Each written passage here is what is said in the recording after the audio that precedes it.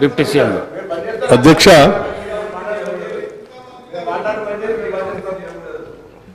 ఎన్నో కలలు, ఎన్నో ఆశలు, ఎన్నో ఆకాంక్షలతో ప్రత్యేక రాష్ట్రం కావాలని, ఈ ప్రత్యేక తెలంగాణ రాష్ట్రంలో ఉన్నటువంటి ప్రజల జీవితాలన్నీ కూడా మార్పు చెందాలని, నిధులు, నీళ్లు, నియామకాలు ఆత్మగౌరవంతో కూడినటువంటి తెలంగాణ రాష్ట్రం ఏర్పడాలని, అందులో అందరూ అభివృద్ధి చెందాలనేటువంటి ఆశతో తెచ్చుకున్న తెలంగాణ రాష్ట్రం ఒక దశాబ్ద కాలం పాలన చేసినటువంటి గత ప్రభుత్వం తెచ్చుకున్నటువంటి ఈ తెలంగాణ రాష్ట్ర వనరుల్ని, ఆర్థిక వనరుల్ని, సహజ వనరుల్ని, మానవ వనరుల్ని అన్నింటినీ కూడా అనుకున్న లక్ష్యాల దిశలో నడిపించకపోవడం కన్న కళలన్నీ కూడా కళ్ళలుగానే మిగిలిపోయాయి. ఈరోజు ఆర్థిక పరిస్థితిని ఒకసారి చూస్తే చివరికి రోజువారీ ఖర్చులకు కూడా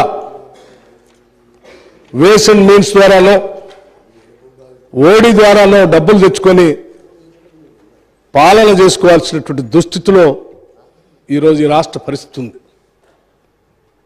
ఇటువంటి దుస్థితి రావటం నిజంగా తెలంగాణ ప్రజల యొక్క ఆవేదనని, బాధని దురదృష్టంగా నేను భావిస్తా ఉన్నాను. అందుకే ఈ దశాబ్ద కాలంలో జరిగినటువంటి ఆర్థిక అరాచకత్వాన్ని, జరిగినటువంటి తప్పిదాలని రాష్ట్ర ప్రజలందరికీ తెలియపరచవలసినటువంటి బాధ్యత, అవసరం. ఈ తెలంగాణ ప్రజల కలలు, ఆశలు, కోరికలు తీర్చాలన్నటువంటి ఆలోచనతో, లక్ష్యంతో తెలంగాణ ఇచ్చినటువంటి కాంగ్రెస్ పార్టీగా మా అందరి ముందు ఉన్నటువంటి బాధ్యతగా మేము భావిస్తూ ఉన్నాం. అందుకోసమే ఈ రాష్ట్ర ప్రజల ఆకాంక్షలను, కోరికల్ని నెరవేర్చడం కోసం ఈరోజు రాష్ట్రంలో ఉన్నటువంటి ఆర్థిక పరిస్థితి ఏంటి, ఇక్కడి నుంచి మనం మొదలు పెడితే మన భవిష్యత్తుని నిర్మాణం చేసుకోవటం కోసం ఏ రకంగా అడుగులు వేయాలి, ఏ రకమైనటువంటి ఆలోచనలు చేసుకోవాలి అని ఈ పవిత్రమైనటువంటి శాసనసభలో వాస్తవ పరిస్థితులన్నింటినీ ఈ సభ దృష్టికి, సభ ద్వారా రాష్ట్ర ప్రజలకు కూడా తెలియజెప్పి ఇక్కడ నుంచి కొత్త జీవితాన్ని, మార్పును కోరుకుంటూ ఒక అద్భుతమైనటువంటి ప్రజలు ఇచ్చినటువంటి తీర్పుకి సహేతుకమైనటువంటి పాలన అందించాలన్నటువంటి ఆలోచనతోనే ఈరోజు ఈ శ్వేతపత్రాన్ని, రాష్ట్ర ఆర్థిక పరిస్థితులపైన ఉన్నటువంటి మొత్తం విషయాల్ని కూలంకషంగా శ్వేతపత్రం రూపేణ ఈ సభలో ప్రవేశపెడుతూ మీ ద్వారా గౌరవ శాసనసభ్యులందరినీ, ముఖ్యంగా ప్రతిపక్షాలకు సంబంధించినటువంటి శాసనసభ్యులను కానీ, ఈ సభలో రాష్ట్ర ప్రజల ఆకాంక్షలు నెరవేర్చాలనేటువంటి ఆలోచన కలిగిన ప్రతి సభ్యుడికి తెచ్చుకున్న తెలంగాణ రాష్ట్రం ఈ భారతదేశంలోని అద్భుతమైనటువంటి పురోగతి సాధించడం కోసం మనందరం ప్రయత్నం చేయాలనే ఆలోచన కలిగిన ప్రతి సభ్యుడికి మీ ద్వారా నేను విజ్ఞప్తి చేస్తా ఉన్నాను. మేము ఈ సభలో ప్రవేశపెట్టేటువంటి, ఇచ్చేటువంటి ఈ వైట్ పేపర్ని, శ్వేతపత్రాన్ని సంపూర్ణంగా అవగాహన చేసుకొని, అర్థం చేసుకొని, భవిష్యత్తు కోసం, ఈ రాష్ట్ర ప్రజల అందరి అభివృద్ధి కోసం సహేతుకమైనటువంటి సలహాలు, సూచనలు కూడా ఇస్తారని నేను ఆశిస్తూ ఈ short discussion white paper and finances పైన చర్చ మొదలు పెట్టవలసిందిగా మీ ద్వారా విజ్ఞప్తి చేస్తా ఉన్నాను. Thank you. Now short discussion Shri T Harish Rao garu. ఇది ఇచ్చి 2 నిమిషాలు కూడా కాదు కదా అధ్యక్ష.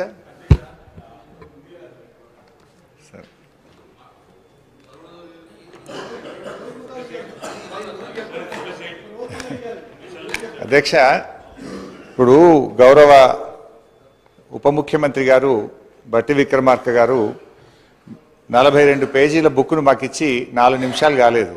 కనీసం ఇది మేము చదవకుండానే ఈరోజు మమ్మల్ని మాట్లాడమంటున్నటువంటి పరిస్థితి. నిన్నటి నుంచి నేను మన అసెంబ్లీ సెక్రటరీ గారిని, మీ ఆ కార్యాలయాన్ని కూడా ఈ సభలో నోటు మీరు ముందుగా ఇవ్వండి, అట్లీస్ట్ సభ్యులు ప్రిపేర్ అయ్యి రావడానికి ఉంటుందని చెప్తే ఈ నోటు ఈరోజు సభలో వారు లేచి మాట్లాడడం స్టార్ట్ అయిన తర్వాత మా చేతిలో పెట్టినారు. Then how a member can speak on this అధ్యక్ష? భవిష్యత్తులోనైనా నేను మీతో కోరేది ఒకటే, అట్లీస్ట్ ప్రభుత్వం టేబుల్ మీద పెట్టేటువంటి పేపర్ను ముందు రోజు సభ్యులకు ఇచ్చినట్టయితే సభ్యులు ప్రిపేర్ అయ్యి రావడానికి ఉంటుంది. రెండవది అధ్యక్ష, మీతో ఒక సబ్మిషన్. మీరు ఈరోజు కూడా కొత్త సభ్యులు 57 మంది ఉన్నారు, వాళ్ళు కూడా చక్కగా నేర్చుకోవాలి, సహకరించాలన్నారు. తప్పకుండా మేము సహకరిస్తాం. కానీ మీరు కూడా దయచేసి సభ్యుల హక్కులను కూడా కాపాడాలి. ప్రొటెస్ట్ అనేది మెంబర్స్ యొక్క రైట్. ప్రభుత్వం ఇచ్చిన సమాధానంతో సభ్యులు సంతృప్తి పడినప్పుడు ప్రొటెస్ట్ చెప్పే హక్కు సభ్యులకు తప్పకుండా ఉంటుంది. చాలా ఏళ్ళుగా మీరు సభలో ఉన్నారు, మేము ఉన్నాం. ఎప్పుడైనా సభ్యులకు ప్రొటెస్ట్ మీద తప్పకుండా అవకాశం ఇస్తారు అధ్యక్ష. కానీ మొన్న మీరు దురదృష్టవశాత్తు ఇవ్వలేకపోయినారు. భవిష్యత్తులోనైనా సభ్యుల హక్కులు కాపాడాలని, సభను మరింత హుందాగా నడపాలని, దానికి మా పూర్తి సహకారం అందిస్తామని కూడా మీ ద్వారా తెలియజేస్తున్నాం. అధ్యక్ష, ఇకపోతే సబ్జెక్టులోకి పోతే ఈరోజు మాట్లాడతారా? నాకు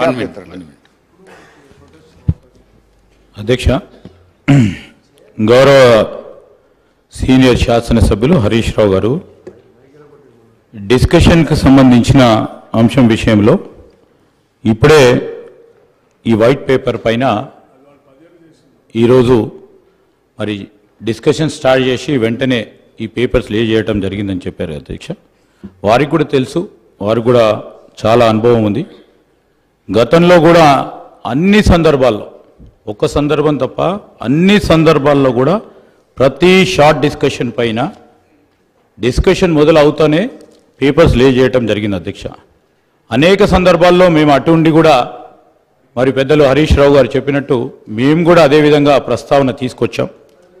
కానీ మార్పు తీసుకొచ్చే ప్రయత్నంలోనే ఉన్నాం. మేము మార్పు తీసుకొచ్చే ప్రయత్నంలో ఉన్నాము. డెఫినెట్లీ వారు చెప్పిన ఒక పాజిటివ్ అంశాన్ని కూడా మరి మీరు అనుమతిస్తే వచ్చే బడ్జెట్ సమావేశాన్ని నుంచి తప్పకుండా తీసుకెళ్లే ప్రయత్నం చేస్తాం అధ్యక్ష. వారు కూడా చెప్పినట్టు ఈరోజు నేను చెప్తా ఉన్నాం అధ్యక్ష, we are open for any discussion అధ్యక్ష. కానీ పాజిటివ్ క్రిటిసిజం, కన్స్ట్రక్టివ్ క్రిటిసిజం చేస్తే వీఆర్ ఓపెన్. కానీ ఇన్స్టిగేట్ చేసే ఓ కార్యాచరణ తీసుకుంటే మాకు కూడా, మా గౌరవ సభ్యులు కూడా ఇన్స్టిగేట్ అవ్వడానికి అవకాశం ఉంటుంది కనుక నేను గౌరవ సభ్యులను కోరుతా ఉన్నాను. వారు చెప్పింది డెఫినెట్లీ మేము గతసారి కూడా గత శాసనసభలో కూడా అడిగాం, మనం డిసెంట్ చెప్పడానికి అవకాశం ఉండాలి, వాయిస్ ఉండాలని. తప్పకుండా వారు చెప్పిన ఒక సూచికను మీరు అనుమతిస్తే మేము పరిగణలోకి తీసుకోవడం జరుగుతుంది, మనవి చేస్తున్నాం అధ్యక్ష.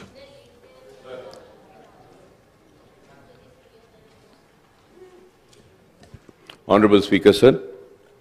Sir, I thank you very much for giving me the opportunity, sir. Sir, I would like to make a small request. I know what Honorable Legislative Affairs Minister Saab has just mentioned about laying of a statement by the government for the short discussion. But as we all know that this is a very important subject, and we have to read so many pages, sir. It's almost some 40 pages of book. So through you, I just want to make one request, because we can have a fruitful discussion, we can have a good discussion, and we can also come up with good suggestions as a constructive opposition. If you could give us a tea break of at least 40 minutes or an hour, I'll be very thankful to you, sir. We will be able to read this, sir. Sir, without reading this, if I have to come and talk, sir, I have been an old member. In the month of August, we had an assembly session, and in the August month, all the details were laid on the table of the House, then House, sir. All the finances were also laid. So we will be talking about what was we informed in the month of August. We would like to talk on this book, sir. So I request, if everybody agrees, through you, I request the Honorable CM Saab also, Finance Minister Saab also, at least tea break for 1 hour, sir. just 1 hour, at least 40 minutes, we can just read this and come up with good suggestions, sir. Thank you, sir.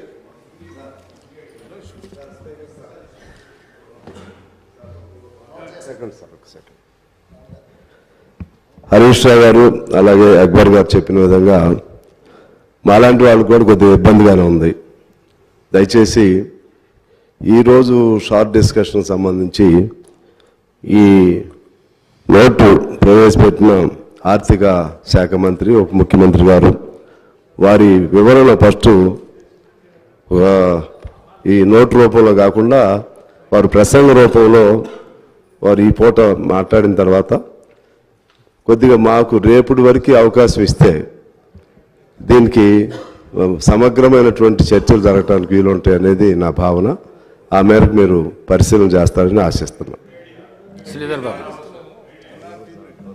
Sir, పెద్దలు అక్బరుద్దీన్ గారు గారని సాంబశివరావు గారు చెప్పిన విషయాలకు సంబంధించి మాకు కూడా మొత్తం వ్యవహారాలకు సంబంధించి శాసనసభ వ్యవహారాలకు సంబంధించి ఒక మార్పు తీసుకురావాలి అనే అంశంతో ఈరోజు వారు చెప్పిన సలహా సూచనలు తప్పకుండా మీరు అనుమతిస్తే డెఫినెట్లీ సార్ వారు చెప్పిన సలహా ప్రకారం మీరు టీ బ్రేక్ ఇచ్చి మేము ఒక మంచి ఆలోచనతోనే రాబోయే కాలంలో ఈ ఆర్థిక వ్యవస్థను మెరుగుపరిచే ప్రయత్నంలో ముందుకు వెళ్తున్న తరుణంలో వారిచ్చే మంచి సలహా సూచనలు తీసుకెళ్లే ప్రయత్నంలో ఉన్నాం కాబట్టి